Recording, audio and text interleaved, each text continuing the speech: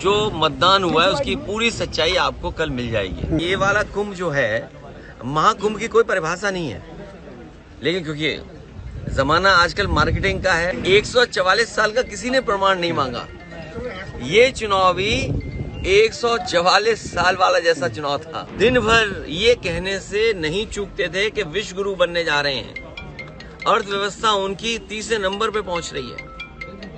वो आजकल कैसे चुप घूम रहे हैं, मौन हो गए हैं। कल दिल्ली के नतीजे आ रहे हैं, कल मिल्कीपुर के उपचुनाव का नतीजा आ रहा है, उसको लेकर के आपने लगातार चुनाव आयोग पर निशाना साधा, सवाल खड़े किए। आखिरकार संवैधानिक संस्था पर इस तरीके के सवाल क्यों? कई बार एग्जिट पोल के जो अनुमान होते हैं वो ठीक नहीं निकलते हैं। जो एग्जिट पोल अपने सर्वे के माध्यम से जानकारी देता है वो कई मायने में सही नहीं निकलता। अब क्योंकि कल रिजल्ट आना ही है, तो जो मतदान हुआ है उसकी पूरी सच्चाई आपको कल मिल जाएगी। किसकी सरकार बनेगी, किसकी सरकार जाएगी, ये तो दिल्ली की बात हो गई। मिल्कीपुर चुनाव में और मिल्कीपुर चुनाव शुरू होने से पहले अगर आपको याद होगा तो मैं चाहता था कि आप सब लोग वहां आएं और देखें कि वोट कैसे डाला जाता है और वोट कैसे पड़ता है। भारत का लोकतंत्र और खासकर बीजेपी की सरकार में किस तरीके से लोकतंत्र और मजबूत हो रहा है, कितना मजबूत दिखाई देता, वो आप लोग आए नहीं।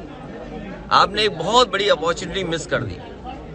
शायद ये सदी में एक बार देखने को मिली होती आपको। जैसे ये वाला कुंभ जो है, महाकुंभ की कोई परिभाषा नहीं है, लेकिन क्योंकि जमाना आजकल मार्केटिंग का है और जितना आप उसको कम्युनिकेट कर ले जाओ तो महाकुंभ हो गया।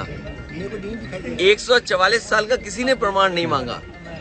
ये चुनाव भी 144 साल वाला जैसा चुनाव था जो आपको देखना चाहिए था।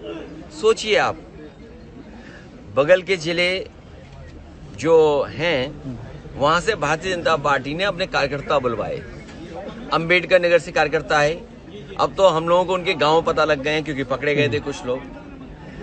बगल के जिले से अमेठी से लोग आए थे, सुल्तानपुर से लोग आए थे, रायबरेली से लोग आए थे और गाड़ियों के नंबर हैं। अगर आप चाहोगे तो मैं अपने पार्टी के पेज पे कुछ गाड़ियों के नंबर आपको दे दूंगा, डाल दूंगा। प्रिसाइडिंग ऑफिसरों की आपको वो रिकॉर्डिंग मिल गई होगी जहां पर प्रिसाइडिंग ऑफिसरों से पूछा कि भाई टारगेट पूरा है कि नहीं है और किस टारगेट में आप हैं, आपको 30 वोट डलवाना है फर्जी या 50 वोट डलवाना है या उससे ऊपर, वो भी रिकॉर्डिंग आपको हम लोगों ने जानकारी कर दे दी। बीएलओ कौन पोस्ट होंगे, बीएलओ कौन पोस्ट होंगे, किस थाने में कौन पोस्ट होगा, सीओ कहाँ पोस्ट होगा, एसएसपी कौन क्या देखेंगे, ये सब वेल प्लान्ड इलेक्शन हुआ ये वाला। ये आपने 144 साल वाला जिस तरीके से कुंभ था, उस तरह दुनिया का सबसे अच्छा चुनाव आपने मिस कर दिया। ये अपॉर्चुनिटी प्रेस को मिस नहीं करनी चाहिए थी। लेकिन अपने चुनाव बात की जाए तो जिस तरीके से अमानवीय व्यवहार भारतीय नागरिकों के साथ अमेरिका ने किया, उसको लेकर के कल आप लोगों ने संसद में प्रोटेस्ट भी किया। क्या जिस तरीके से आप लोग आवाज उठा रहे हैं ये आगे भी देखने को मिलेगा सदन के अंदर?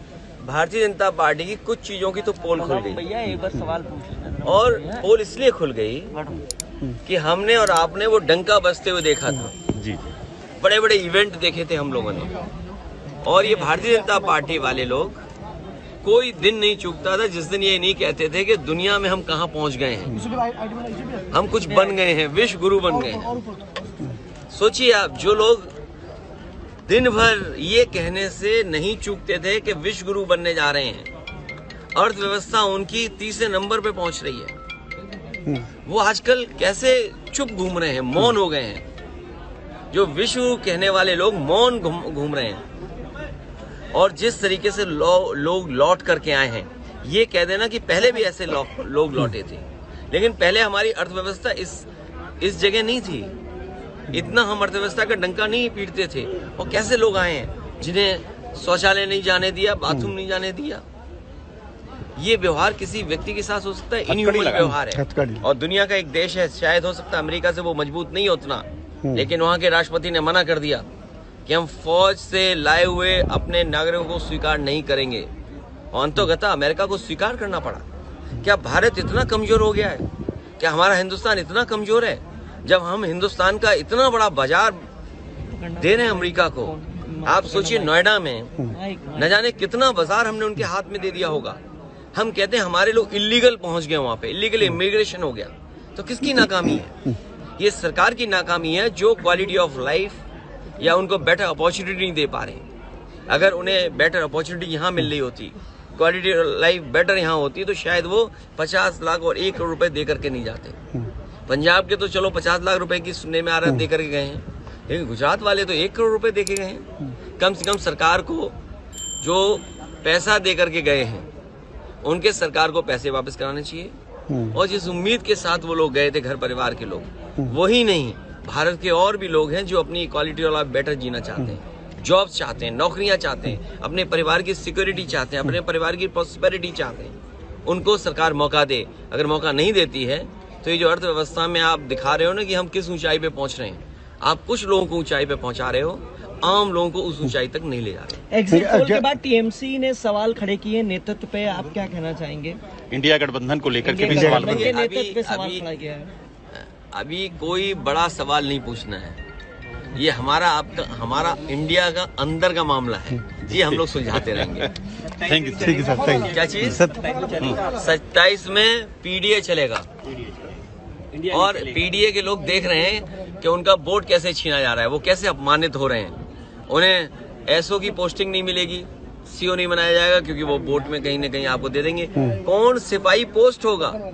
क्या पीडीए परिवार के लोग नहीं देख रहे हैं कि भाई जब पोस्टिंग होगी तो उनके नाम देखे जाएंगे, उनका नाम काट दिया जाएगा। तो ये जो पीडीए के लोगों का अपमान हुआ है, और यही तो हम कहते थे कि बाबा साहब भीमराव अम्बेडकर जी ने जो अधिकार दिया है, उन अधिकारों को छीन रहे हैं। बात ये, वोट ही नहीं डालने दोगे आप, या दूसरे आपके लोग वोट डाल लेंगे, ये कहाँ की वो है? इसीलिए मैंने कहा कि इलेक्शन कमीशन मर गया है। इलेक्शन कमीशन को जांच करनी चाहिए कि जो मरे हुए लोग थे उनके वोट कैसे पड़ गए, और अगर वोट पड़े हैं तो प्रिसाइडिंग ऑफिसर और जो संबंधित अधिकारी उनके खिलाफ कार्रवाई क्या कर रहा है इलेक्शन कमीशन।